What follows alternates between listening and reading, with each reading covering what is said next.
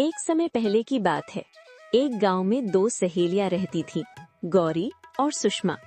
सुषमा बहुत ही सुंदर थी, इस वजह से उसका विवाह एक अमीर घर में हो गया। और गौरी थोड़ी कम सुंदर थी और कम पढ़ी लिखी थी, इस वजह से उसका विवाह एक गरीब मजदूर के साथ हुआ।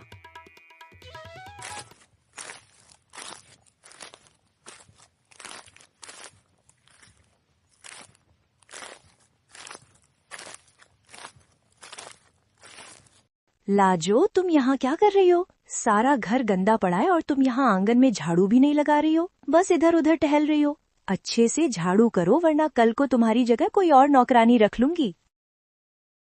मालकिन, ऐसा जुल्म मत कीजिएगा। मैं यहाँ से सफाई करने के बाद सारा घर साफ कर दूंगी। क्षमा कर दीजिए मालकिन। हाँ हाँ, आ ही बे ना अपनी औकात पर। तुम नौकरों के सिर पर अगर मैं ना रहूं तो तुम लोग तो सिर के ऊपर से ही गुजर जाओगे। ज्यादा चालाकी मत दिखाओ। अभी के अभी ये काम खत्म करो और उसके बाद घर के अंदर से भी पूरी सफाई कर देना, समझी? एक पल की भी देर नहीं होनी चाहिए। जी मालकिन। सुषमा को अपनी खूबसूरती पर बहुत घमंड था और वो धनवान भी थी, इसलिए उसका घमंड और भी अलग स्तर पर था। इधर दूसरी तरफ गौरी की दीवारों से भी गरीबी झलक रही है। एक तरफ घमंडी और धनवान सहेली है और दूसरी तरफ गरीब लेकिन खुश स्वभाव और अच्छे आचरण वाली सहेली है। सुनिए जी, घर का सारा राशन कब का खत्म हो गया है और आज खाने के लिए बस एक ही रोटी बन पाई है। आपके लिए बना दी है, आप जल्दी से खा लें और अपने काम के लिए निकल जाएं। बाजार देर से पहुँचे तो आपको कोई काम नहीं मिल पाएगा। क्या? सिर्फ एक रोटी? और वो रोटी भी अगर मैं खा लूंगा तो तुम क्या खाओगी? अरे, मुझे भूख नहीं है, आप खा लो। नहीं गौरी, रोटी तुम खा लो, मैं बाजार में जो कुछ कमाऊंगा वहां से खा लूंगा। आशा है आज कुछ ना कुछ तो काम मिल ही जाएगा। इतना कहकर गौरी का पति बाजार की ओर निकल जाता है और गौरी आंखों में आंसू लिए उसे दूर तक देखती रहती है। हे ऊपर वाले, आज मेरा पति घर से कुछ खाए बिना ही चला गया है। बस इतनी कृपा कर देना कि आज मेरे पति को कुछ काम जरूर मिल जाए, ताकि वो और मैं पेट भरकर खाना तो सके। गौरी और सुषमा दोनों के घर करीब करीब ही थे। यही वजह थी कि सुषमा जब कभी भी गौरी के घर के सामने से गुजरती तो उसका मजाक बनाना कभी नहीं भूलती। आज भी जब सुषमा गौरी के घर के पास से गुजरी तो उसने वही घमंड भरा व्यवहार दिखाया। अरे, ये तो सुषमा आ रही है। आज भी लगता है आकर चार बातें सुनाकर ही जाएगी, मगर घर में तो कुछ भी नहीं है। मैं मेहमान नवाजी के लिए क्या पेश करूंगी? अरे, कितनी गंदी जगह रहती हो तुम। तौबा तौबा, यहाँ आना भी किसी सजा से कम नहीं है। कैसे रह लेती हो तुम यहाँ? टूटी फूटी झोपड़ी और ऊपर से गाय के गोबर की बदबू। हाय राम, मैं तो एक पल भी यहाँ न रहूं। हाँ, ये बात तो सही है, ये जगह तुम्हारे लायक नहीं है। यहाँ तो बस हम गरीब ही रह सकते हैं। वैसे तुम खड़ी क्यों हो? आई हो तो आओ, बैठो। उफ गौरी, नहीं, यहाँ तो बदबू में सांस लेना भी मुश्किल है। कोई यहाँ बैठ सकता है क्या? वैसे हम दोनों एक साथ पले बढ़े थे और आज देखो, कहाँ तुम्हारा भाग्य और कहाँ मेरा। ये सब किस्मत का खेल है। अब ऊपर वाले ने मेरे भाग्य में जो भी लिखा है उसे काटना तो पड़ेगा ही। हाय राम, तुम तो शुरू से ही गंवार थी, तभी तो ये सब तुम्हारे साथ हुआ। अच्छा, इन सब बातों को छोड़ो, मैं यहाँ किसी काम से आई थी।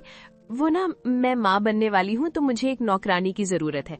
क्या तुम मेरे घर में काम करोगी? मैं तुम्हें अच्छी पगार दूंगी।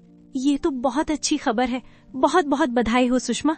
तुम्हें अगर काम में मदद की जरूरत होगी तो मैं अपने पति से पूछकर तुम्हें बता दूंगी।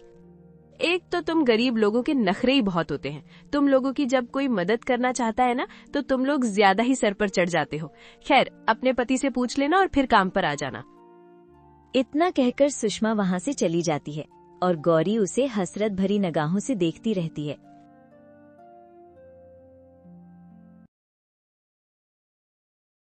शाम को जब गौरी का पति घर आता है तो गौरी अपने पति को बताती है। सुनिए जी, आपसे कुछ जरूरी बात करनी थी।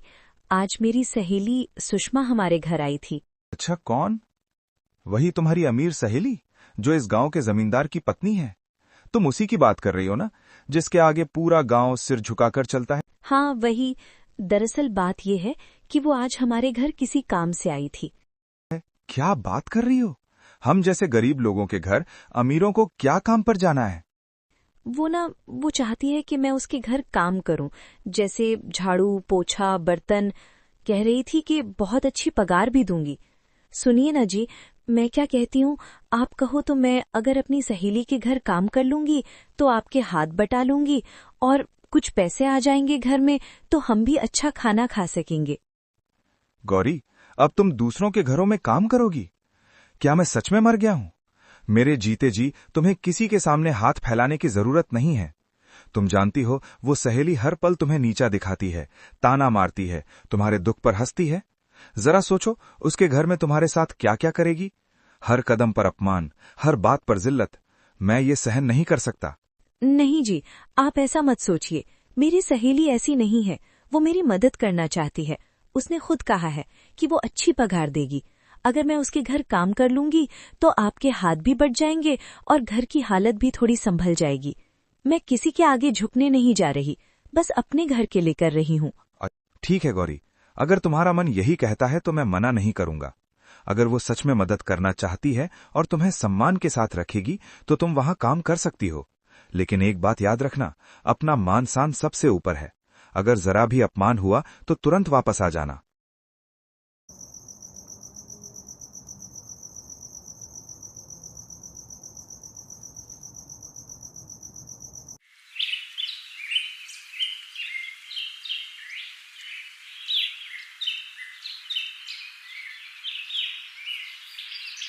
सुबह होते ही दोनों पति पत्नी अपने अपने काम के लिए निकले। गौरी, मुझे तो अभी भी ये ठीक नहीं लग रहा कि तुम अपनी सहेली के घर नौकरानी बनकर जाओ। अरे आप भी ना बहुत ज्यादा ही सोच रहे। ऐसा कुछ नहीं कि मैं उसकी मदद कर दूंगी तो नौकरानी बन जाऊंगी। देखो उसका घर आ भी गया, अब आप भी बाजार जाओ और ज्यादा परेशान मत हो। ठीक है गौरी, लेकिन मेरी बात याद रखना, जरा भी अपमान लगे तो तुरंत घर चले जाना। हाँ हाँ, मुझे याद है। गौरी पहुंची और पहले ही दिन से सुषमा ने उसके साथ बहुत बुरा सलूक करने लगी। आओ आओ, मैं तुम्हारा ही इंतजार कर रही थी। मुझे मालूम था तुम्हारा पति जब अच्छी पगार की बात सुनेगा तो तुम्हें किसी के घर नौकरानी बनने से नहीं रोकेगा। मजाक कर रही हूँ। ऐसी कोई बात नहीं है सुषमा, मैं तो तुम्हारी मदद करने के लिए आई हूँ। तुम मुझे काम बता दो, क्या क्या काम करना है। सुषमा सारा दिन उससे काम करवाती रही। पूरा घर साफ करवाया, कपड़े साफ करवाया और फिर उस पर चिल्लाने लगी।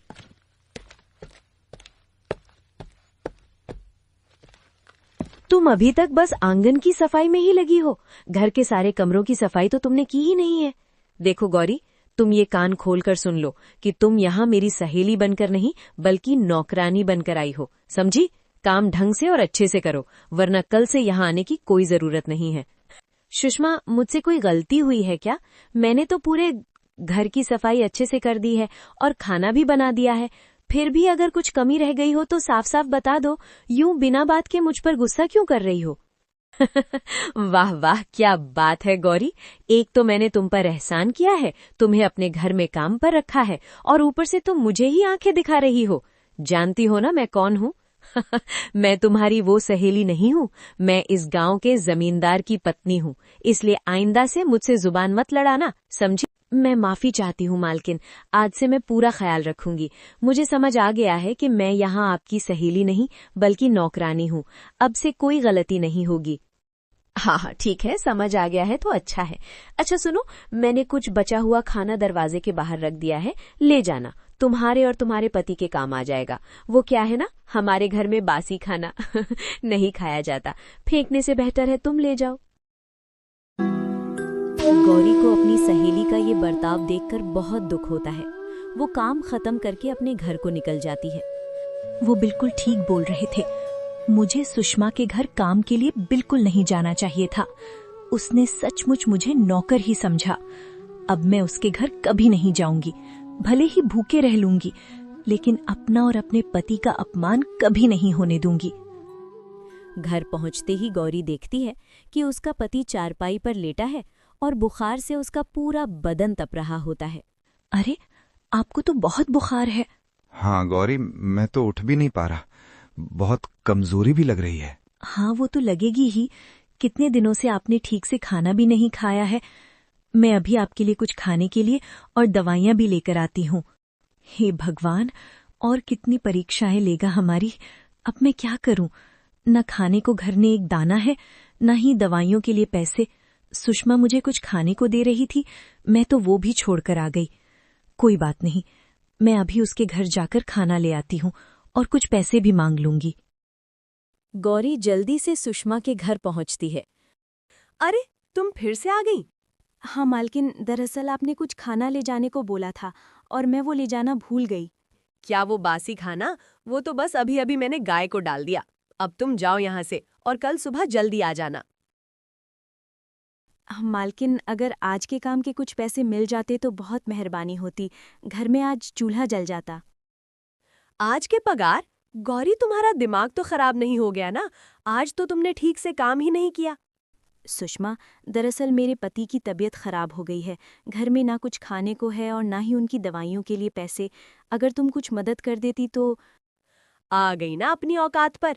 तुम गरीबों की यही परेशानी है, थोड़ी सी मदद कर दो तो सर पर चढ़ने लगते हैं। नहीं सुषमा, मैं सच बोल रही हूँ।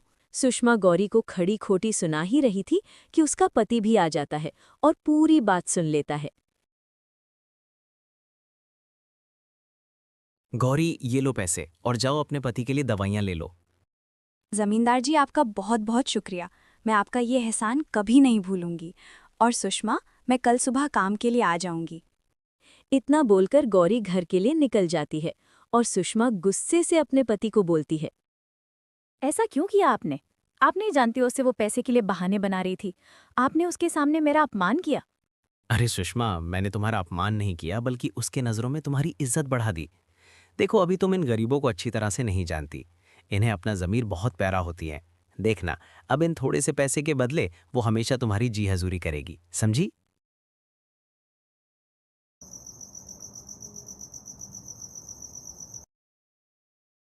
अगली सुबह गौरी सुषमा के घर काम के लिए जाती है और सुषमा के घर का सारा काम करती और बदले में उसे सिर्फ कुछ बचा हुआ खाना मिलता।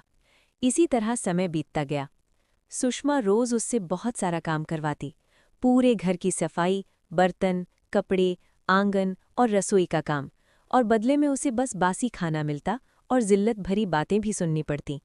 कभी कभी तो वो खाना भी नहीं देती और कहती, आज ज्यादा काम नहीं किया तुमने, खाना भी नहीं मिलेगा। गौरी सब कुछ चुपचाप सहती रहती, क्योंकि उसे अपने बीमार पति की चिंता थी। ऐसे ही कई दिन बीत गए। एक दिन शाम को गौरी सुषमा के घर से काम खत्म करके वापस लौट रही थी। रास्ते में उसे एक बूढ़ा आदमी दिखाई दिया। वो बहुत भारी सामान उठाकर चल रहा था और बहुत थका हुआ लग रहा था। उसके चेहरे से साफ लग रहा था कि वो कई घंटों से भूखा है। गौरी तुरंत उसके पास गई। बाबा, आप बहुत थके हुए लग रहे हैं, क्या बात है? बूढ़े आदमी ने कमजोर आवाज में कहा। बेटी, सुबह से कुछ खाया नहीं है और ये सामान घर तक ले जाना है, लेकिन मुझसे अब चला नहीं जा रहा। गौरी को उस पर बहुत दया आई। उसने बूढ़े आदमी को एक पेड़ के नीचे बैठाया और अपने झोले से वो रोटी निकाली जो उसे सुषमा ने दी थी। बाबा, पहले आप ये खा लीजिए। बूढ़े आदमी ने रोटी खाई और उसकी आंखों में आंसू आ गए। बेटी, तुम बहुत दयालु हो। आज के समय में कोई भी भूखे को खाना नहीं देता। बेटी, तुम्हारा बहुत बहुत शुक्रिया। अब मैं चलता हूँ। बाबा, आपका सामान मुझे दे दीजिए, मैं इसे आपके घर तक पहुंचा देती हूँ। वो सारा भारी सामान उठाकर बूढ़े आदमी के साथ उसके घर तक ले जाने लगी। बूढ़ा आदमी बहुत खुश हुआ। बाबा, आपका घर कहाँ है? बेटी, जंगल के पास वाली नदी के किनारे मेरी झोपड़ी है। ठीक है बाबा, अब मैं चलती हूँ, आप अपना ख्याल रखना। बेटी, तुम यहीं रुको, मैं अभी आता हूँ। उसने घर के अंदर जाकर एक छोटा सा संदूक लाकर गौरी को दिया। बेटी, ये तुम्हारे लिए है। गौरी घबरा गई। नहीं बाबा, मैंने तो बस इंसानियत के नाते मदद की है। बूढ़ा आदमी मुस्कुराया। ये तुम्हारी भलाई का फल है, इसे स्वीकार करो। बूढ़े आदमी के बहुत बोलने पर गौरी ने संदूक ले लिया और घर को निकल गई। अरे गौरी, आज आने में बहुत देर लगा दी। और इसमें क्या है? और ये किसने दिया तुम्हें? हाँ हाँ, सब बताती हूँ। गौरी अपने पति को रास्ते की सारी बात बताती है। अच्छा गौरी, अब इसे खोल कर तो देखो, आखिर इसमें है क्या? गौरी ने संदूक खोला तो उसके अंदर सोने और चांदी के सिक्के थे। गौरी और उसका पति ये देखकर हैरान रह गए। गौरी, ये सब तुम्हारी अच्छाई का फल है।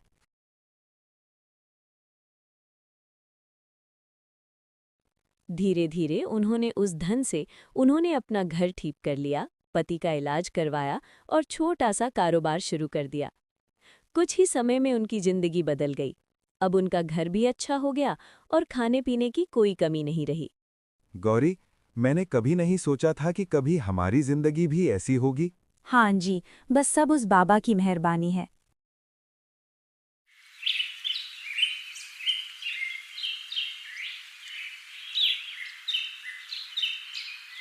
गौरी के अमीर होने की बात सुषमा तक भी पहुंच जाती है। ये कैसे हो सकता है? जो कल तक मेरे घर में नौकरानी थी, आज इतना अमीर कैसे हो गई? सुषमा तुरंत गौरी के घर पहुंची।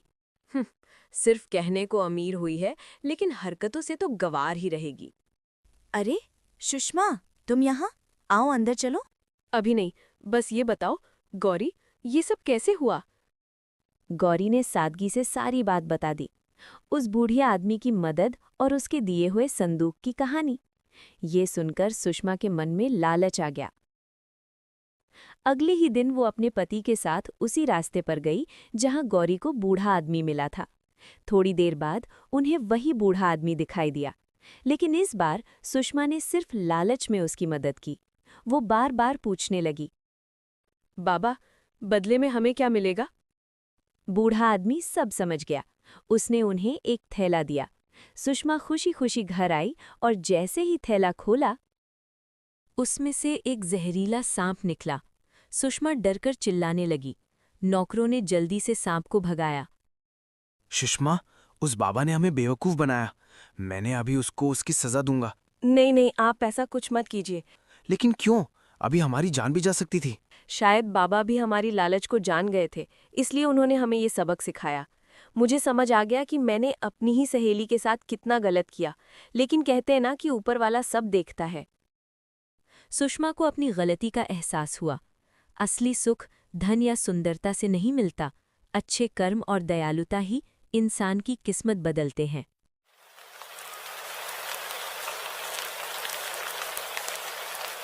उत्तराखंड के एक छोटे से कस्बे रामपुर में मौसम अचानक करवट बदल चुका था। बारिश की बूंदें रुकने का नाम नहीं ले रही थी। बिजली की कड़कड़ाहट और तेज हवाओं से ऐसा लग रहा था जैसे आसमान भी किसी गम में रो रहा हो। झोपड़ पट्टी के किनारे एक टूटी फूटी झोपड़ी में हरी, उसकी पत्नी राधा और 8 साल की बेटी मुनिया रहते थे। अरे राधा, इस बार की बारिश तो कुछ ज्यादा ही बेरहम निकली। देखो ना, फिर से छत टपकने लगी है। अब खाट भीग गई तो हम कहाँ सोएंगे? हाँ जी, मुनिया भी बार बार खांस रही है। एक ओर छत से पानी टपक रहा है, दूसरी ओर खिड़कियां टूटी हैं। हवा सीधी अंदर आ रही है। कुछ कीजिए ना। ठीक है, मैं सुबह मालिक के बंगले पर जाकर मदद मांगूंगा। अगर वो कुछ उधार दे दे तो छत की मरम्मत करवा लूंगा।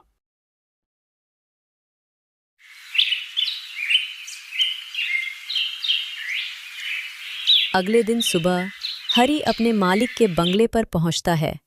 मालिक बरामदे में कुर्सी पर बैठा चाय पी रहा था और नौकर को डांट रहा था। मालिक को दूसरे नौकर को डरता देख हरी सोच में पड़ जाता है। मालिक अभी बहुत गुस्से में है। अभी पैसे मांगू या नहीं? कहीं ये मुझ पर भी गुस्सा ना हो जाए। और तभी क्या चाहिए हरी? मालिक, पिछले 3 दिन से झोपड़ी में पानी भर रहा है। मुनिया को बुखार भी चढ़ गया है। छत और खिड़कियां टूट चुकी हैं। अगर कुछ पैसे उधार मिल जाए तो मैं मरम्मत करवा लूंगा और धीरे धीरे मेहनत से चुका दूंगा। उधार? तूने क्या चांदी का चम्मच लेकर पैदा हुआ है? पहले ही ज्यादा एहसान कर दिए तुझ पर। और सुन, अब तू काम पे मत आना। तुम जैसे लोग बरसात के कीड़े हैं, जितने कम हो उतना अच्छा। हरी की आंखों में आंसू आ जाते हैं और बिजली जोर जोर से कड़कने लगती है। मालिक, कम से कम नौकरी तो मत छीनिए। हरी की पुकारें बारिश की आवाज में डूब जाती हैं।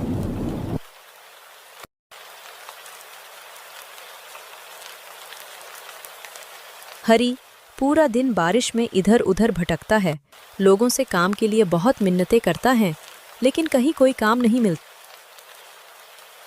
शाम तक वह वापस झोपड़ी लौटता है तो देखता है कि अंदर तक पानी भर चुका है।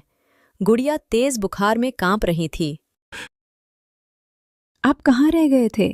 गुड़िया की हालत तो देखो, बुखार तो उतरने का नाम ही नहीं ले रहा। हाँ, राधा मुनिया को बुखार तो बहुत ज्यादा है, लेकिन मैं क्या करूं, मुझे मालिक ने काम से निकाल दिया और मेरी कोई मदद भी की। काम की तलाश में इधर उधर भटक रहा था, इसलिए आने में देर हो गई। जी, आप अपनी बहन सुमित्रा दीदी से कुछ पैसे उधार क्यों नहीं मांग लेते? वो आपकी बहन है, आपकी ज़रूर मदद करेगी। फिर पैसे आने पर हम लोग उन्हें लौटा देंगे। तुम ठीक कहती हो राधा। मैं अभी सुमित्रा दीदी के घर जाता हूं और कुछ पैसे उधार लेकर मुनिया के लिए दवा लेकर आता हूं। तब तक तुम मुनिया का ख्याल रखना। हरी की एक बहन थी, सुमित्रा, जो उसी गांव में रहती थी और बहुत अमीर थी। बारिश में भीगते हुए, कांपते बदन और सूजी हुई आंखों के साथ हरी अपनी बहन सुमित्रा के घर पहुंचा। सुमित्रा दीदी, ओ सुमित्रा दीदी। सुमित्रा, जरा दरवाजा खोलो, देखो जरा कौन है। हरी, तुम इतनी बारिश में यहाँ? क्या हुआ भाई, सब ठीक तो है ना? दीदी, दरअसल मेरी मुनिया की तबीयत बहुत खराब है। तुम कुछ पैसे मुझे उधार में दे दो, काम मिलते ही मैं तुम्हारे सारे पैसे चुका दूंगा। हाँ हरी, तू रुक, मैं तेरे जीजा जी से बात करती हूँ। सुमित्रा अंदर अपने पति के पास जाती हैं। इतनी बारिश में कौन आया है सुमित्रा? दरअसल हरी आया है, उसकी बेटी की तबीयत बहुत खराब है, तो उसे कुछ पैसों की जरूरत है। अगर आप थोड़े पैसे उसे दे देते तो वो मुनिया के लिए दवा ले आता। तुम्हारा भाई तो हर 4 दिन के बाद कुछ मांगने आ जाता है, उसे जरा भी शर्म नहीं आती क्या? इतना गिर गया है कि अब अपनी बेटी का बहाना बना रहा। ये क्या बोल रहे हैं आप? पैसे नहीं देने तो मत दीजिए, लेकिन ऐसी बात तो मत बोलिए। बाहर खड़ा हरी उन दोनों की बात सुन लेता है और बिना बहन से मिले चुपचाप वहां से निकल जाता है।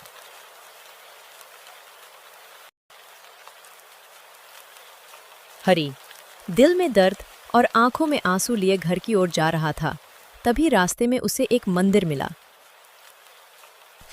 ये कैसी परीक्षा ले रहे हो भगवान?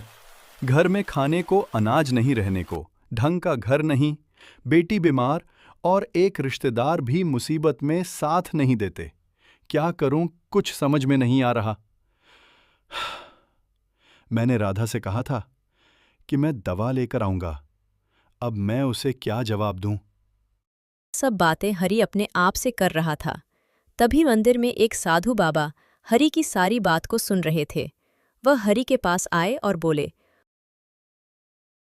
बेटा, अपनी आंसू पूछो, मैं तुम्हारी सारी बातों को सुन लिया हूं। जब मुसीबत आता है तो कोई साथ नहीं देता है, चिंता मत करो। तुम इस मंदिर में आए हो तो खाली हाथ लौटकर नहीं जाओगे।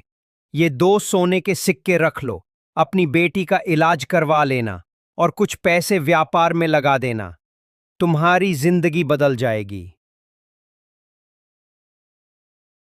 बाबा, आपका बहुत बहुत धन्यवाद। मैं आपका उपकार कभी जिंदगी में नहीं भूल पाऊंगा। अच्छा ठीक है, जाओ अब अपने घर जाओ, तुम्हारे घर में तुम्हारे बच्चे बीवी इंतजार कर रहे हैं। वह 2 सोने के सिक्कों को लेकर हरी बहुत खुश हो जाता है और अपनी बेटी की दवा लेकर घर को लौटता है और सारी कहानी अपनी पत्नी राधा को बताता है। वो साधु बाबा तो जैसे हमारे लिए भगवान बनकर आए थे। जब अपना साया भी साथ छोड़ देता है, तब कोई अजनबी इस तरह मदद करे, ये चमत्कार ही तो है। सच कहा तुमने। खैर, अब इन सोने के सिक्कों से सबसे पहले घर की मरम्मत कराते हैं, फिर कोई व्यापार शुरू करूंगा। अब बस मेहनत करनी है।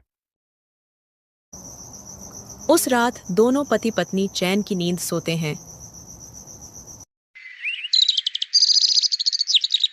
अगली सुबह बारिश भी थम जाती है। हरि ने पहले अपने जर्जर घर की मरम्मत करवाई। राधा, मैं सोच रहा हूं कि व्यापार करने से अच्छा है कि मैं थोड़ी सी जमीन ले लूं और उसी में बहुत मेहनत करके फसल उगाऊं। तुम क्या बोल कहती हो? ये तो आपने अच्छा सोचा है। गांव में एक जमीन हो जाएगी तो बुरे समय में वो हमारा सहारा बनेगा। ठीक है, मैं अभी गांव के साहूकार से जमीन खरीद लेता हूं। लेकिन राधा, ये साधु वाली बात तुम कभी किसी को नहीं बताना। हरि गांव के साहूकार से थोड़ा जमीन खरीद लेता है और उसमें खेती करना शुरू करता है। हरि बहुत ही मेहनती इंसान था और उसकी मेहनत कुछ ही दिनों में दिखने लगती है और उसके खेत में फसल लहलहाने लगते हैं। अब हरि को किसी भी चीज की कमी नहीं होती। हरि की तरक्की गांव के लोगों को चुभने लगती है। कल तक ये हरि सबसे पैसे मांगता फिरता था। पता नहीं कौन सी लॉटरी लगी कि इसकी किस्मत ही बदल गई। जब ये बात सुमित्रा के पति को पता चलती है। देखा, बोला था ना तुम्हारा भाई सिर्फ झूठ की गरीबी दिखाता था। आज देखो, उसे किसी चीज की कमी नहीं है। हाँ, तो भगवान के घर देर है अंधेरे नहीं। वह भी सभी के आंसू की कीमत चुकता है और कहते हैं न कब किसकी किस्मत बदल जाए कोई नहीं जानता। लेकिन मुझे ये बात हजम नहीं हो रही। मैं पता लगा के रहूंगा कि आखिरकार उसकी किस्मत बदली कैसे, और इसके लिए मुझे सुमित्रा को उसके घर चलने के लिए मनाना होगा। सुमित्रा, चलो हरि की बेटी मुनिया से मिलकर आते हैं। उसने बताया था ना कि उसकी बेटी की तबीयत खराब थी। क्या तुम्हें बिल्कुल शर्म नहीं आती? जब उसकी बेटी की तबीयत खराब थी तब तो तुमने उसे शर्मिंदा करके भगा दिया, और अब उसके अच्छे दिन आ गए तो उससे मिलने जाओगे। मुझे तो उससे आंख मिलाने की भी हिम्मत नहीं। तुम ही जाओ। लगता है ये तो नहीं मानेगी। मुझे ही कुछ करना होगा।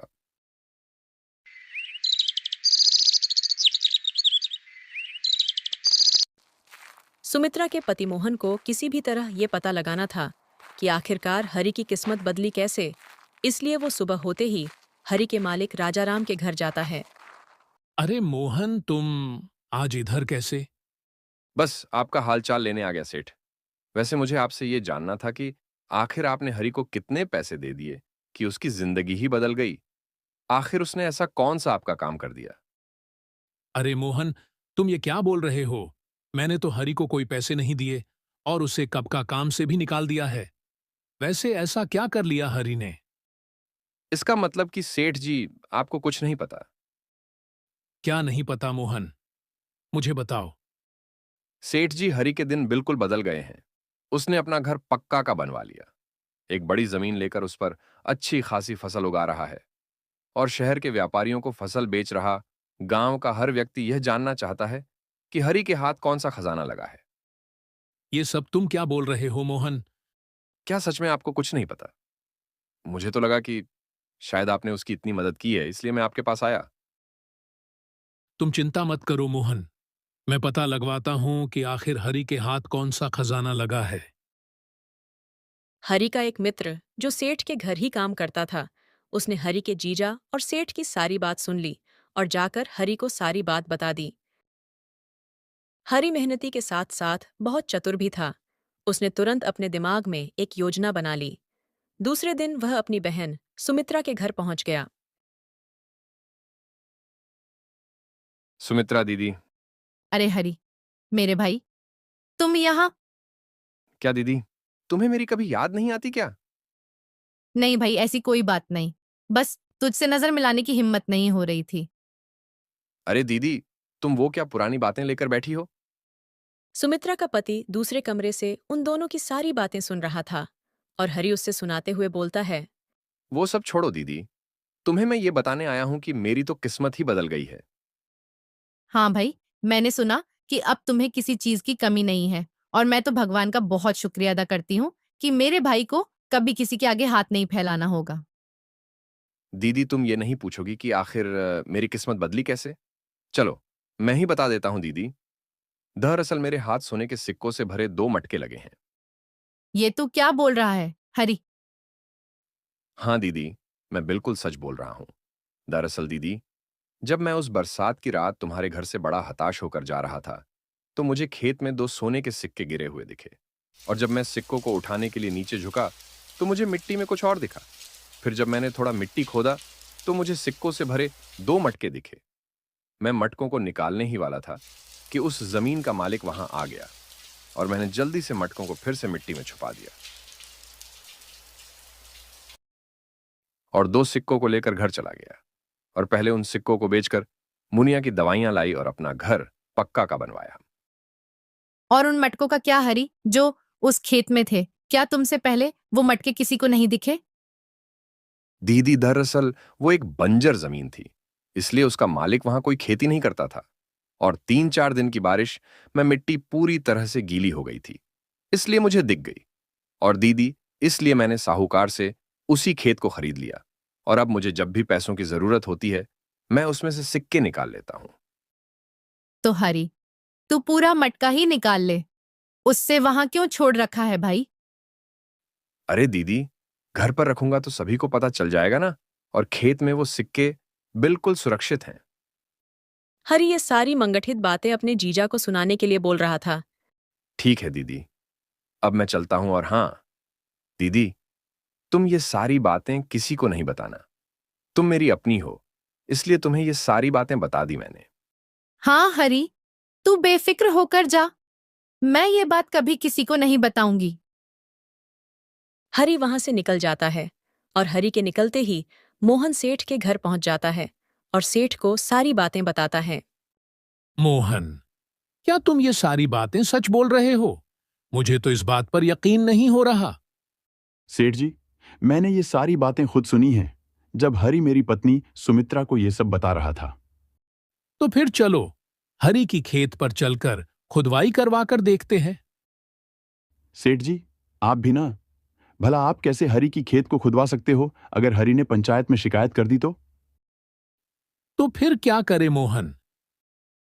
सेठ जी, आप एक काम कीजिए, आप आज ही हरी की खेत खरीद लीजिए, फिर खेत खुदवा सकते हैं और खेत के साथ साथ सिक्कों से भरे दोनों मटके भी आपके हो जाएंगे। लेकिन क्या हरी वो खेत मुझे बेचने के लिए मानेगा? हाँ सेठ जी, बस आप उसे कुछ पैसों की लालच देना, वो जरूर राजी हो जाएगा। सेठ और मोहन दोनों हरी के खेत पर पहुंच जाते हैं। अरे सेठ जी, आप यहां और मोहन जीजा आप भी, क्या बात है? अरे मोहन, दरअसल मैं और सेठ जी उस बरसात की रात तुम्हारी मदद नहीं कर पाए थे ना, तो हमें उस बात का पछतावा है और इसलिए हम तुम्हारी कुछ मदद के लिए यहां आए हैं। लेकिन अब मेरे हालात बिल्कुल बदल चुके हैं सेठ जी। अब मुझे किसी चीज की कमी नहीं है, इसलिए मुझे कोई मदद नहीं चाहिए और आप दोनों उस दिन की बात भूल जाइए। नहीं हरी, मैं तुम्हारे लिए कुछ करना चाहता हूं और इसीलिए मैं तुम्हारी ये जमीन खरीदना चाहता हूं। सेठ जी, भला आप ये क्या बोल रहे? आप ये जमीन ले लेंगे तो मैं अपने परिवार का पेट कैसे भरूंगा? अरे हरी, मैं ये तुम्हारी खेत कोई मुफ्त में थोड़े ना ले रहा हूं। मैं इसके बदले तुम्हें पूरे 1 लाख रुपए दूंगा। लेकिन सेठ जी, मैं ये खेत नहीं बेचना चाहता। अच्छा हरी, चल 2 लाख लेकर अब खेत मेरे नाम कर दे और ऐश की जिंदगी जी। लेकिन सेठ जी, भला आप इस छोटी सी जमीन के बदले मुझे इतने पैसे क्यों दे रहे? अरे हरी, अभी तो सेठ जी ने बताया ना कि हम तुम्हारी मदद करना चाहते हैं, इसलिए तुम्हारी जमीन खरीद रहे। ठीक है, जब आप लोग इतना बोल रहे हैं तो आप ये खेत ले लीजिए, मैं कोई और जमीन खरीद लूंगा। सेठ उसी वक्त हरी को पूरे 2 लाख रुपए दे देता है और हरी की खेत ले लेता है। हरी सेठ से पैसे लेकर अपने घर चला जाता है। सेठ और मोहन हरी के जाते ही खेत को खोदने में लग जाते हैं। सुबह से शाम तक दोनों मिलकर पूरा खेत खोद डालते हैं, लेकिन कोई मटका नहीं मिलता है और सेठ पूरे गुस्से में मोहन से बोलता है। मोहन, यहां तो कोई मटका नहीं है। सेठ जी, हरी ने तो बोला था कि वो मटके अब भी इसी खेत में हैं, लेकिन समझ नहीं आ रहा कि मटके हैं कहां। लेकिन मुझे सब समझ में आ गया है कि तुम दोनों जीजा साला ने मिलकर मुझे बेवकूफ बनाया है, लेकिन मैं तुम्हें छोड़ूंगा नहीं। सेठ जी, आप गलत समझ रहे, मैंने कुछ नहीं किया है। मोहन, मेरी बात कान खोलकर सुन लो। अगर कल सुबह तक तुम मुझे मेरे पूरे 2 लाख नहीं लौटा देते तो ये तुम्हारे लिए अच्छा नहीं होगा। लेकिन सेठ जी, भला मैं इतने रुपए कहां से लाऊंगा? सेठ जी, मेरा यकीन कीजिए, मैंने आपके साथ कोई धोखा नहीं किया। अगर तुम्हारे पास पैसे नहीं हैं, तो कल सुबह तक तुम अपना घर खाली कर देना, नहीं तो मैं कितना खतरनाक इंसान हूं, ये तो तुम जानते ही होगे। लेकिन सेठ जी, मेरी बात तो सुनिए।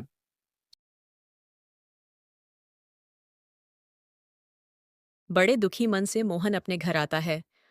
क्या हुआ, इतने परेशान क्यों हो? सुमित्रा, मैं एक बहुत बड़ी मुसीबत में फंस गया हूं। कैसी मुसीबत? मोहन सुमित्रा को सारी बात बताता है। मुझे तो पता ही था कि तुम्हारी लालच हमें ये दिन तो दिखाएगी ही, लेकिन ये बताओ कि कल से हम कहाँ रहेंगे? सुमित्रा, मुझे माफ कर दो।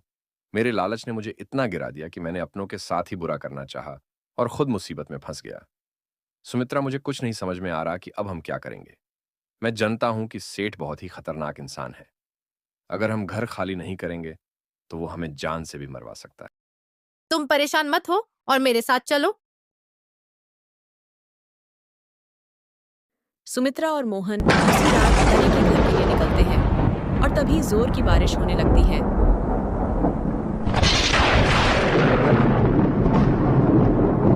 हरी, ओ भाई हरी। अरे सुमित्रा दीदी, तुम इतनी रात को यहाँ, अंदर आओ दीदी। भाई मुझे माफ कर दे, मैं बहुत शर्मिंदा हूँ, लेकिन अब तू ही हमें बचा सकता है। मोहन भी अपनी गलती पर बहुत शर्मिंदा होता है और हरी से माफी मांगता है। हरी, मुझे माफ कर दो, मैंने तेरे साथ बहुत बुरा किया। लेकिन दीदी, तुम लोग ऐसा क्यों बोल रहे हो? आखिर बात क्या है? सुमित्रा हरी को सेठ और मोहन की सारी बातें बताती है।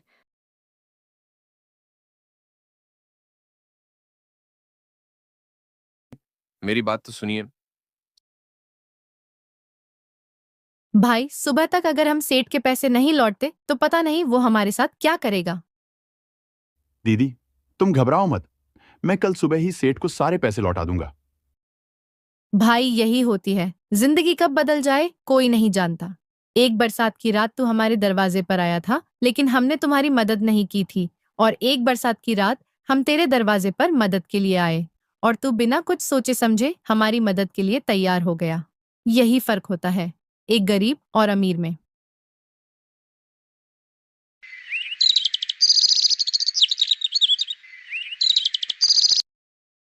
अगली सुबह हरी और मोहन पैसे लेकर सेठ के घर पहुंचते हैं और उसके सारे पैसे उसे वापस कर देते हैं। सेठ जी, ये लीजिए आपके पूरे 2 लाख रुपए, और अब मोहन जीजाजी को छोड़ दीजिए। लेकिन हरी, तू क्यों पैसे लौटा रहा? मोहन तो तेरे साथ कितना गलत करना चाहता था और तू उसकी मदद कर रहा। सेठ जी, मोहन जीजाजी को अपनी गलती का एहसास हो गया, यही बहुत है। सच में हरी, तू एक मेहनती ही नहीं बल्कि एक नेक इंसान भी है, इसीलिए मैं तेरी जमीन तुझे वापस करता हूं। जा आज से वो खेत फिर से तुम्हारी। क्या आप सच बोल रहे सेठ जी? हाँ हरी, और जब कभी भी कोई जरूरत हो मेरे पास आ जाना। हरी और मोहन खुशी खुशी अपने घर की ओर निकल जाते और तभी जोर की बारिश होने लगती है। मोहन जीजाजी, एक वो बरसात की रात थी जिस दिन मुझे बहुत डर लग रहा था, और एक आज की बरसात है जिसे देख मैं बहुत खुश हूं।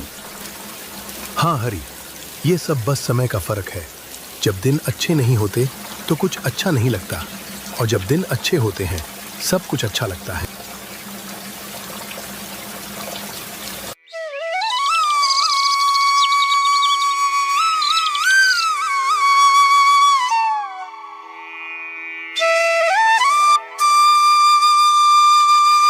बहुत समय पहले की बात है। एक छोटे से गांव में 2 बहनें रहती थीं। एक का नाम अनीता और दूसरे का नाम सुनीता था। अनीता की माँ बचपन में ही चल बसी थीं, इसलिए उसके पिता ने दूसरी शादी कर ली थी। सौतेली माँ अनीता को बिल्कुल प्यार नहीं करती थी, हर वक्त उसे डांटते रहती थी। कहाँ मर गई थी तू? कब से बोल रही हूँ कि आटा पिसाला, और तू अभी तक जंगल में है। क्या बस दिन भर घूमने के लिए पैदा हुई है? माँ, मैं पानी भरने गई थी और फिर सूखी लकड़ी भी ले आई। मुझे बहाने मत सुना। जब देखो तब रोनी सूरत लेकर खड़ी रहती है, न घर का काम ढंग से करती है न खेत का। अब जल्दी जाकर गेहूं पिसवा ला।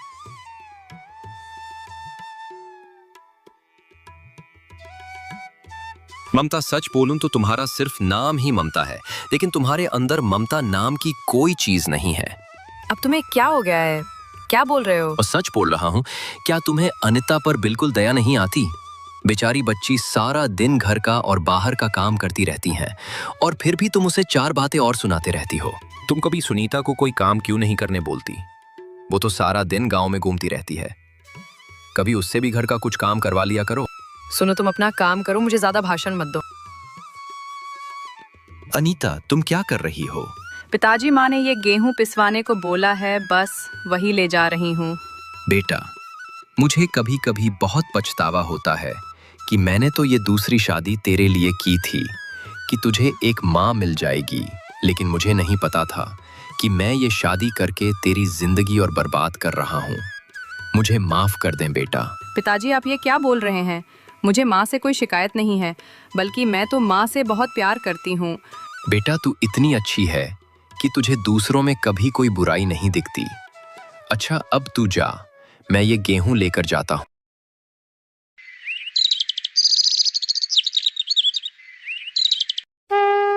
सुबह होते ही अनीता सबसे पहले मंदिर जाती और घर वापस आकर घर का सारा काम करती, और दोनों माँ बेटी सारा दिन गांव में घूमती रहती थी।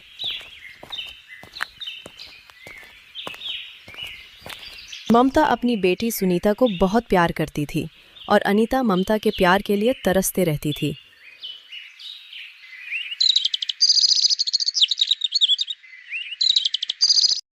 कुछ महीनों बाद ममता ने दोनों बेटियों की शादी कर दी। ममता ने अनीता की शादी एक गरीब किसान से किया और अपनी बेटी की शादी गांव के अमीर साहूकार के बेटे से कर दी। अनीता का पति बहुत ही मेहनती किसान था। वो सारा दिन बहुत मेहनत करता, तब जाकर रात के खाने के लिए कुछ सामान लापता था। सुनो जी, मैं सोच रही हूँ कि सिर्फ खेती से हमारा गुजारा करना बहुत मुश्किल है। आप बोलो तो मैं घर पर ही सिलाई का काम शुरू कर दूं क्या? मुझे सिलाई बहुत अच्छे से आती है। अनीता, मुझे पता है मैं तुम्हारी जरूरतों को पूरा नहीं कर पाता। ये आप क्या बोल रहे हैं? मुझे किसी चीज़ की ज़रूरत है ही नहीं। वो तो मैं सारा दिन घर बैठे रहती हूँ, इसलिए सोचा कि कुछ कम कर लूँ, 2 पैसे भी घर में आ जाएंगे। ठीक है अनीता, तुम्हें जैसा ठीक लगे।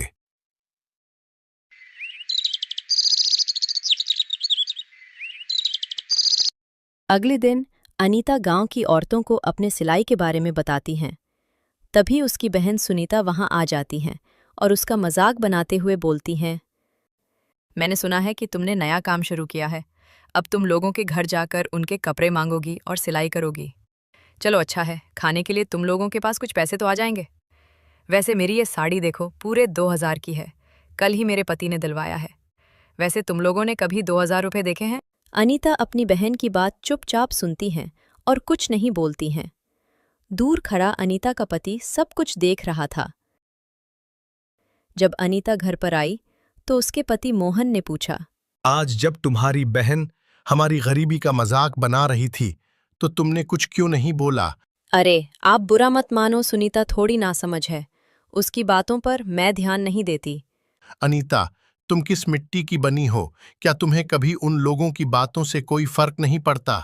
नहीं, मुझे किसी की बातों से कोई फर्क नहीं पड़ता, क्योंकि मैं जानती हूँ कि मैं कभी कोई गलत काम नहीं करती। और रही गरीबी की बात, तो मुझे मेरे भगवान पर पूरा भरोसा है, हमारे भी अच्छे दिन जरूर आएंगे।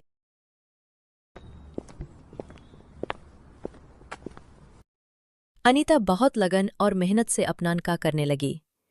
धीरे धीरे उसका काम बहुत बढ़ने लगा और लोगों को भी उसका काम बहुत पसंद आने लगा। अनीता सिलाई का काम अपने हाथों से ही करती थी, लेकिन अब काम ज्यादा होने के कारण उसे एक सिलाई मशीन की जरूरत होने लगी।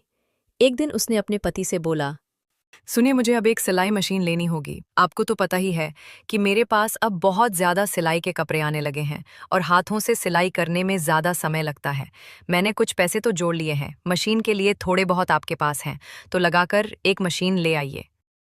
अनिता, तुम्हें तो पता है कि खेती से मैं कितने पैसे जोड़ पाता हूं। जो थोड़े बहुत पैसे मेरे पास है भी तो हमारे घर खर्च के लिए है। तुम्हें तो पता है कि खेती में रोज तो आमदनी होती नहीं। आपकी बात सही है, हम सारे पैसे मशीन पर खर्च नहीं कर सकते। मैं एक काम करती हूँ, अपने पिताजी से कुछ पैसे मांग लेती हूँ और उन्हें हम धीरे धीरे चुका देंगे। पिताजी मुझे पैसे जरूर देंगे। दूसरे दिन अनीता बहुत उम्मीद के साथ अपने पिता के घर जाती और पिता को अपने काम के बारे में बताती हैं और बोलती है, पिताजी मेरा काम बहुत अच्छा चल रहा, इसलिए मुझे एक सिलाई मशीन की आवश्यकता है, जिसके आ जाने से मेरा काम और बेहतर हो जाएगा। मैंने मशीन के लिए कुछ पैसे तो जोड़ लिए हैं, लेकिन कुछ पैसे कम पड़ रहे। पिताजी मुझे बोलते हुए बहुत झिझक हो रही है। क्या बेटा, बोल ना। क्या तुझे पैसे चाहिए? हाँ पिताजी, अगर आप थोड़े पैसे दे दें तो बहुत मदद हो जाएगी। मैं आपके पैसे धीरे धीरे चुका दूंगी। ये तू क्या बोल रही है? भला पिता के पैसे भी चुकाने पड़ते हैं। तू रुक, मैं अभी पैसे लेकर आता हूं। अनीता के पिता पैसे लेने के लिए अंदर जाते हैं। तभी ममता, जो बाप बेटी की सारी बात सुन चुकी थी, वो आ जाती है और अनीता को भला बुरा सुनाने लगती हैं। क्या तुझे थोड़ी भी शर्म नहीं आती? क्या तेरा पति तुझे एक मशीन भी नहीं दिल सकता? इतना निकम्मा है तेरा पति। अनीता चुपचाप सब सुन रही थी, तभी उसके पिता वहां आ जाते हैं। ममता, तुम ये क्या बोल रही हो? चुप हो जाओ। हाँ हाँ, तुम तो मुझे ही चुप कराओगे। हमारे पीठ पीछे ये सब कुछ अपनी बेटी को ही दे देना। मैं और मेरी बेटी तो सौतेले हैं ना। नहीं माँ, मुझे कुछ नहीं चाहिए। मुझे माफ कर दीजिए। मुझसे गलती हो गई जो मैं पैसे मांगने आ गई। माँ, सिर्फ एक बात बोलना चाहूंगी। मेरे पति बहुत अच्छे और मेहनती इंसान हैं। मेरे पति के लिए कुछ बुरा मत बोलिए, क्योंकि आपने ही मुझे इतना अच्छा पति चुनकर दिया है। अनीता इतना बोलकर वहां से घर चली जाती है। अनीता घर आकर अपने कामों में लग जाती हैं। शाम को जब उसका पति खेत से लौटकर आता है तो अनीता से पूछता है, अनीता, क्या तुम पिताजी के घर पैसे मांगने गई थी? अनीता बहुत हिचकते हुए झूठ बोल देती है, नहीं, मैं नहीं गई थी। दरअसल मैंने सोचा कि मैं कुछ दिन और हाथों से ही सिलाई करके बचे हुए पैसे भी जोड़ लूंगी। अनीता, तुमने बहुत अच्छा किया। दरअसल मैं भी तुम्हें मना ही करने वाला था। कुछ दिनों के बाद मेरे भी फसल तैयार हो जाएंगे तो उन्हें बेचकर भी कुछ पैसे मिल जाएंगे, तब हम तुम्हारी सिलाई मशीन ले लेंगे। अब दोनों पति पत्नी अपने अपने कामों में जी जान से मेहनत करने लग जाते हैं।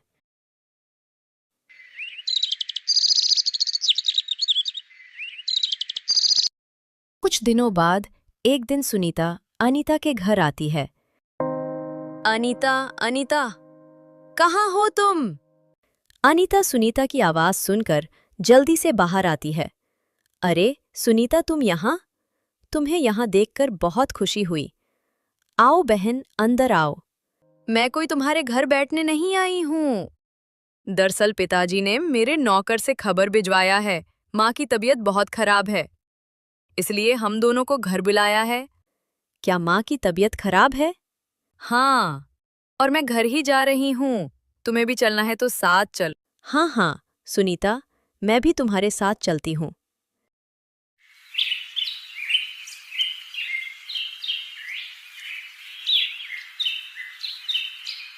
घर पहुंचते ही दोनों बहनों ने पिता पर सवालों की बौछार कर दी।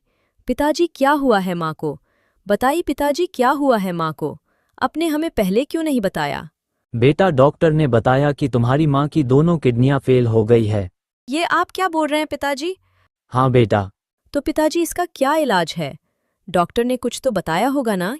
बेटा, उन्होंने बोला है कि हमें जल्द से जल्द उसकी किडनी बदलवानी होगी। मैंने डॉक्टर से बोला कि आप मेरी एक किडनी ले लो, लेकिन उन्होंने मना कर दिया कि मेरी इस उम्र में ऑपरेशन सही नहीं। तो फिर पिताजी अब क्या करेंगे? सुनीता, डॉक्टर ने बोला है कि तुम ममता की अपनी बेटी हो, तो तुम्हारी किडनी उससे मैच करेगी। बेटा, क्या तुम दोगी अपनी माँ को किडनी? पिता की ये बात सुनकर सुनीता गुस्सा हो जाती है। पिताजी, ये आप क्या बोल रहे हैं?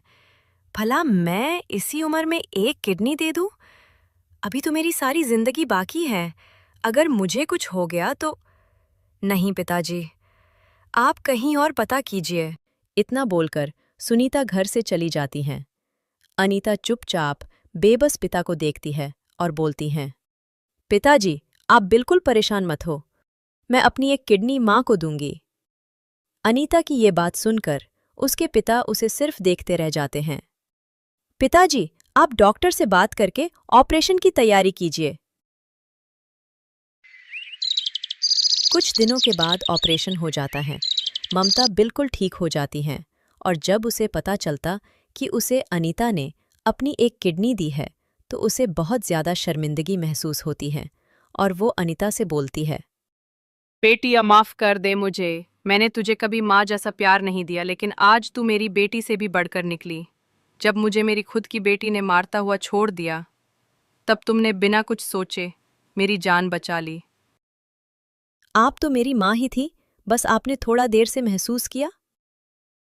आज मैं इतना तो जान गई कि जरूरी नहीं कि हमेशा खून के रिश्ते ही अपने हों। अनीता ने अपनी अच्छाई से अपनी माँ का दिल जीत ही लिया। अनीता माँ का प्यार पाकर बहुत खुश होती हैं।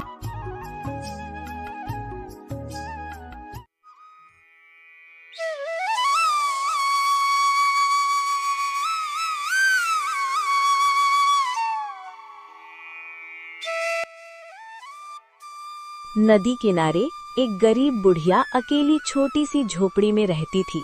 वो गांव के लकड़हारे से लकड़ियां लेकर गांव के घरों तक पहुंचाती। यही उसकी रोजी रोटी थी। अरे आ गई अम्मा, आज कितनी लकड़ियां लेकर जाओगी? वो वाला गट्ठर दे दो बेटा। अरे पर उठा लोगी इसे? सिर में थोड़ा सा दर्द तो है, पर पेट भरने के लिए उठा लूंगी। ला जरा, सर पर तो रखवा दे।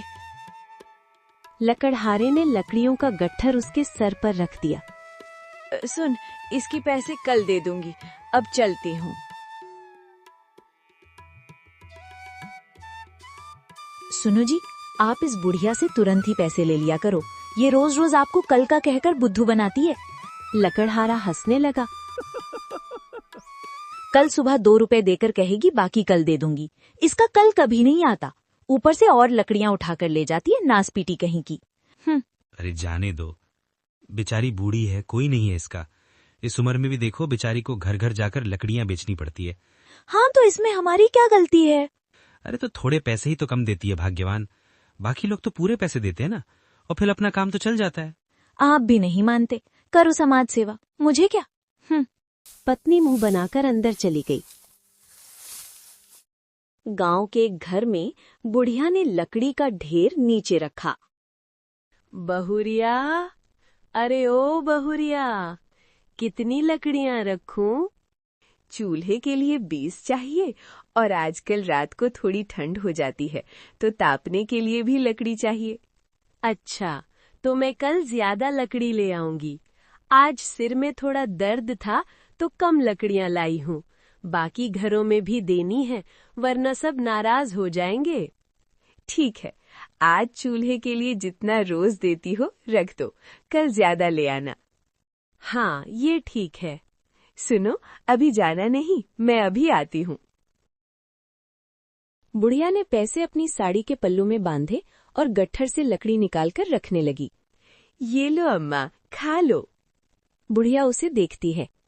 अरे अम्मा, बासी नहीं है, एकदम ताजी है, अभी थोड़ी देर पहले ही बनाई है। अरे बहुरिया, वो बात नहीं है। तू मुझे रोटी दे रही हो, तेरी सास ने देख लिया तो तुझ पर गुस्सा करेगी। नहीं नहीं, वो घर में नहीं है, अभी तक नहीं आई। कितने दिनों के लिए बाहर गई है?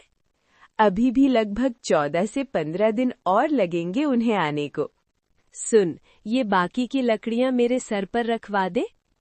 अम्मा, तुम भूखे पेट लकड़ी सर पर उठाती हो ना, इसीलिए सर दुखता है। मेरे यहाँ एक रोटी रोज खा लिया करो, कोई हर्जा नहीं होगा। और जो तुम्हारी सास ने वापस आकर गुस्सा किया तो उन्हें मैं समझा दूंगी, वो कुछ नहीं बोलेंगी।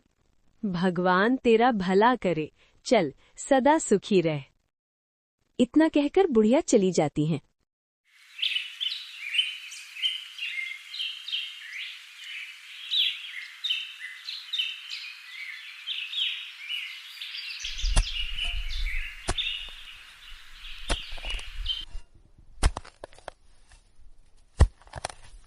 अगले दिन, बेटा आज बड़ा वाला गट्ठर दे दे, शाम को सर्दी होने लगी है तो लोगों को ज्यादा लकड़ियां चाहिए।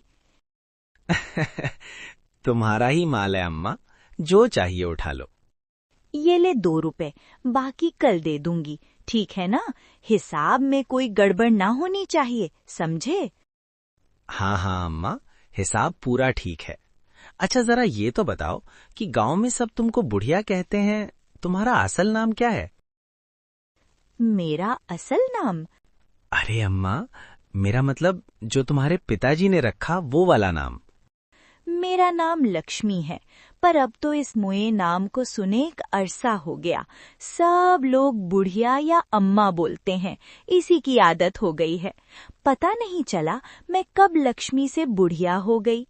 अच्छा चल, लकड़ियों का गट्ठर सर पर रख दे। लकड़हारे ने लकड़ियों का गट्ठर उसके सर पर रख दिया। अच्छा, चलती हूँ मैं।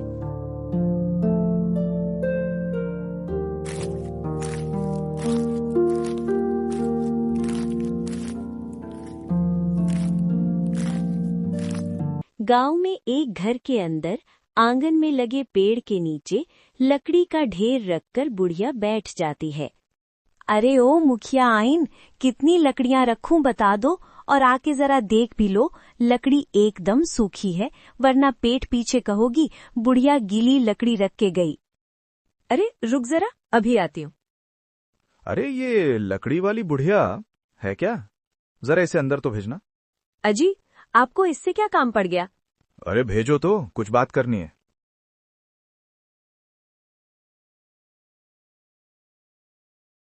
मैं लकड़ियां देखती हूँ, तू अंदर जा। मुखिया जी ने बुलाया है। मुखिया जी ने बुलाया है? क्यों, कोई गलती हो गई क्या? अरे मुझे क्या पता, जाके खुद पूछ ले। अरे बुढ़िया, आओ आओ, कैसी हो तुम? जी, बस आपकी कृपा है। अच्छा, तुम वहाँ गांव के बाहर नदी के पास वाले झोपड़े में रहती हो ना? हाँ मुखिया जी।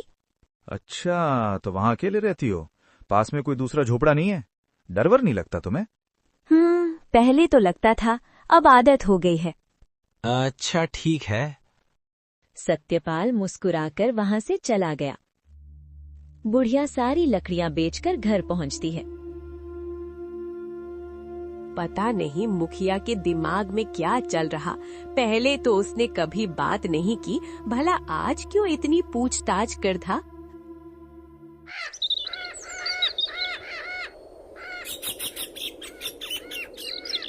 अगली सुबह, अंजना, मुखियाइन लकड़ी लाई हूँ। अरे उसे अंदर बुला लो। ठीक है, लेकिन थोड़ा संभल कर बात करना। बुढ़िया माँ, अंदर आ, जरूरी बात करनी है तुझसे। इसकी जरूरी बातों से तो मेरा मन घबरा जाता है। बुढ़िया ने देखा मुखिया और अंजना खुसुर फुसुर कर रहे थे और उसे देखते ही चुप हो गए। मुखिया ने अंजना को इशारा किया, आप बात करो, मैं अभी आती हूँ। देखो बुढ़िया, तुमने ये बात गांव में तो सुनी होगी कि मैं अपने बेटे के लिए ईंटों की भट्टी लगवाना चाहता हूँ। ये तो बहुत अच्छी बात है। ईंट की भट्टी नदी के पास ही लगे तो अच्छा रहता है। मिट्टी आसानी से मिल जाती है और गांव से ज्यादा दूर भी नहीं पड़ती। मैं समझी नहीं, आप कहना क्या चाहते हो? नदी के पास पंचायत की जो जमीन है उस पर मुझे ईंट की भट्टी लगानी है। जमीन के बीच में तुम्हारी झोपड़ी है तो उसे हटाना होगा। ये सुनते ही बुढ़िया के पैरों तले जमीन खिसक जाती है। मुखिया जी, ये आप क्या बोल रहे हैं? वो झोपड़ी ही मेरा सब कुछ है, मैं कहाँ जाऊंगी? देखो, मैंने सब पता किया है। वो जमीन पंचायत की है, समझी? तुम्हारा उस पर कोई हक नहीं, तो उसे जितनी जल्दी हो सकता है खाली कर दो। नहीं नहीं मुखिया, ये मुझसे ना हो पाएगा। तुम तो पहले गांव में ही रहती थी ना? हाँ, 40 साल पहले ब्याह के इसी गांव में आई थी। मदन के पास वाला घर था हमारा। 15 साल पहले मेरे पति चल बसे, तब घर बेचना पड़ा। अरे अरे, ये रोना धोना मत करो यहाँ पर। मैं तुम पर कोई अन्याय नहीं कर रहा हूँ। तुम गलत तरीके से इतने सालों से उस जमीन पर रह रही हो। मैंने सब दिखवा लिया है। पंचायत ने ना तो जमीन का वो टुकड़ा तुम्हारे नाम किया, ना तुम्हें किराए पर दिया है, समझी? किराया? मेरी किराया देने की हैसियत नहीं है। किसी तरह मेहनत करके पेट पाल रही हूँ। देखो बुढ़िया, ये सब मैं नहीं जानता कि तुम किस हक से वहाँ रह रही हो। मुखिया ने कहा था मुझे वहाँ रह लो। वो झोपड़ी भी उसी ने बनवाई थी। तुम किस मुखिया की बात कर रही हो? तुमसे 3 मुखिया पहले जो आया था ना मोहनलाल, उसने मुझे ये झोपड़ी बनवा कर दी थी। बदले में तुमने क्या दिया उसे? मैंने उसे अपना मंगलसूत्र दिया था। पति के जाने के बाद वो मेरे काम का ना रहा तो मैंने उस मुखिया को दे दिया था। उसका कोई सबूत है या ऐसे ही कहानी बना रही हो? नहीं, ये सच्ची बात है। अच्छा तो ऐसा करो, तुम्हारे पास जमीन के उस टुकड़े का कोई कागज है तो दिखा दो, या तुमने मोहनलाल को जो अपना गहना दिया है उसका सबूत दो, वरना जमीन खाली करनी पड़ेगी। इतना बोलकर मुखिया वहां से निकल जाता है और बुढ़िया हाथ जोड़कर गिड़गिड़ाते रह जाती है।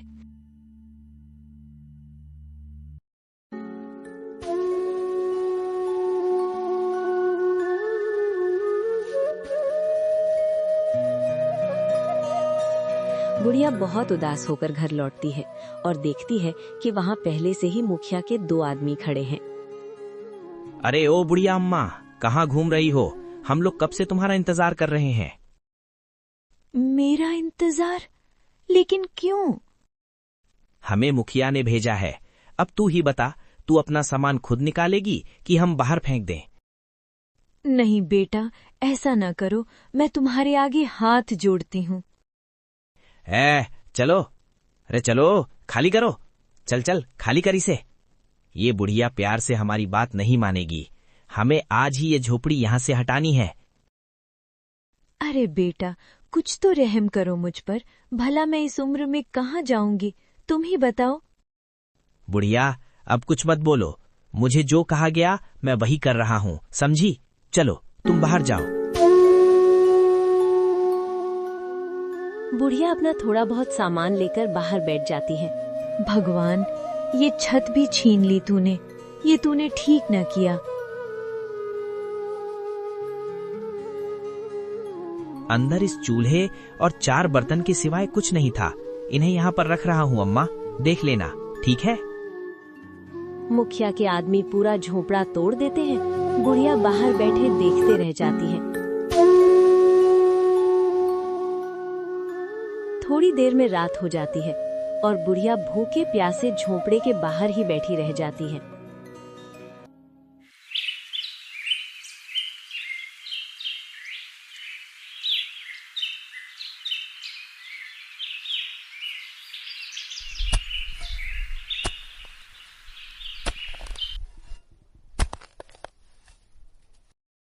अरे सुनो, बुढ़िया अम्मा कल से नहीं आई। कुछ बोलकर गई हैं क्या तुम्हें?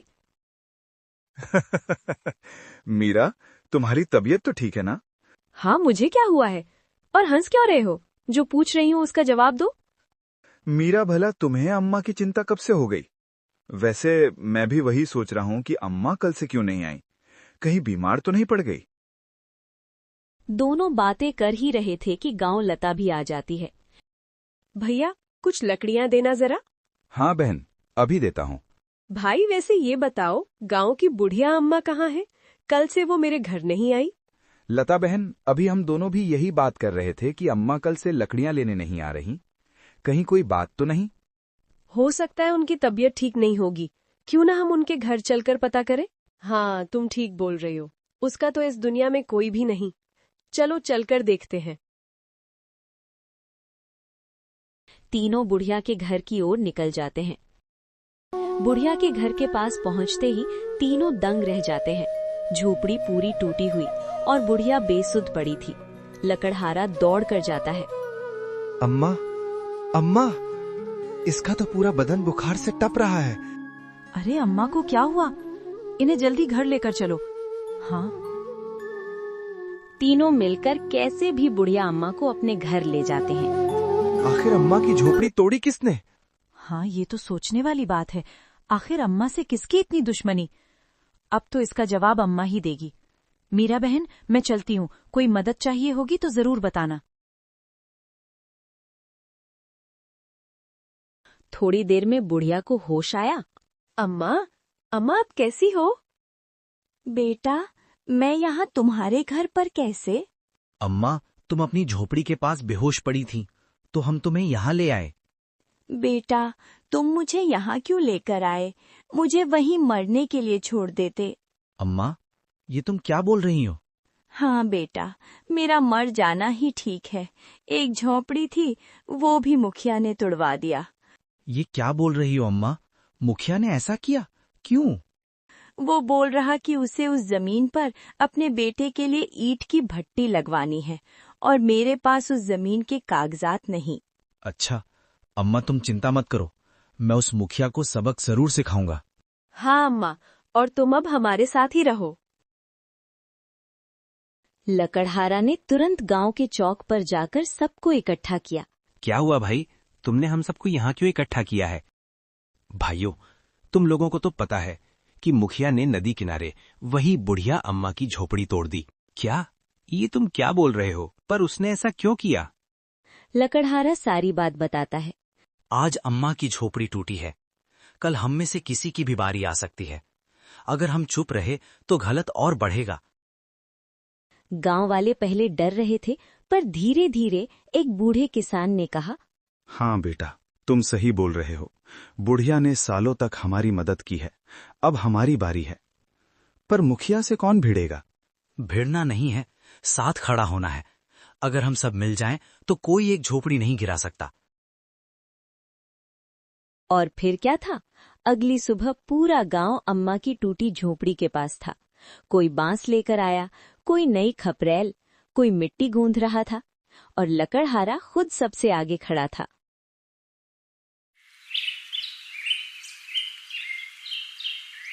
तीन दिन में झोपड़ी फिर से खड़ी हो गई, लेकिन इस बार वो पहले से मजबूत थी। इतना बड़ा घर मैंने तो कभी सोचा भी नहीं था। आप सभी का बहुत बहुत आभार। लकड़हारा मुस्कुराते हुए बोलता है, ये घर नहीं अम्मा, ये आपका सम्मान है। तभी मुखिया वहां आता है। मुखिया तेज आवाज में बोलता है, ये घर किसकी इजाजत से बनाया गया है? इजाजत इंसानियत से ली है और ये जमीन भी अम्मा की है। सबूत है तुम्हारे पास?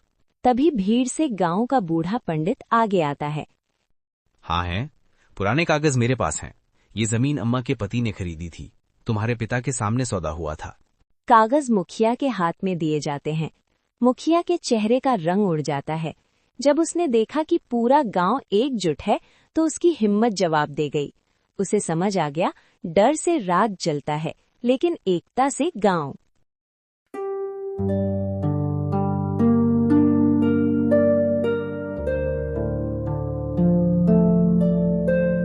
बेटा, मैं तेरा शुक्रिया अदा कैसे करूं? तूने मुझे नई जिंदगी दी है। बता मैं तेरे लिए क्या करूं? अम्मा, आप कैसी बात कर रही हैं? बेटा भी बोल रही हैं और धन्यवाद भी कर रही हैं। अम्मा, फिर बोल रही हूँ, तुम हमारे साथ चलो और हमारे साथ रहो। नहीं बेटा, तुम लोगों ने मेरे लिए बहुत कुछ कर दिया। अब और तुम लोगों पर बोझ नहीं बन सकती। तू चिंता ना कर, मैं आती रहूंगी।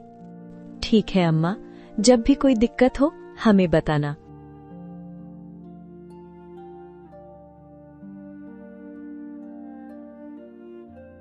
अम्मा को कितना बोला कि हमारे साथ रहो, लेकिन अम्मा नहीं मानी। मीरा, अम्मा गरीब है पर आत्मसम्मान बहुत है उसमें। ये झोपड़ी घर नहीं, उसका सम्मान है।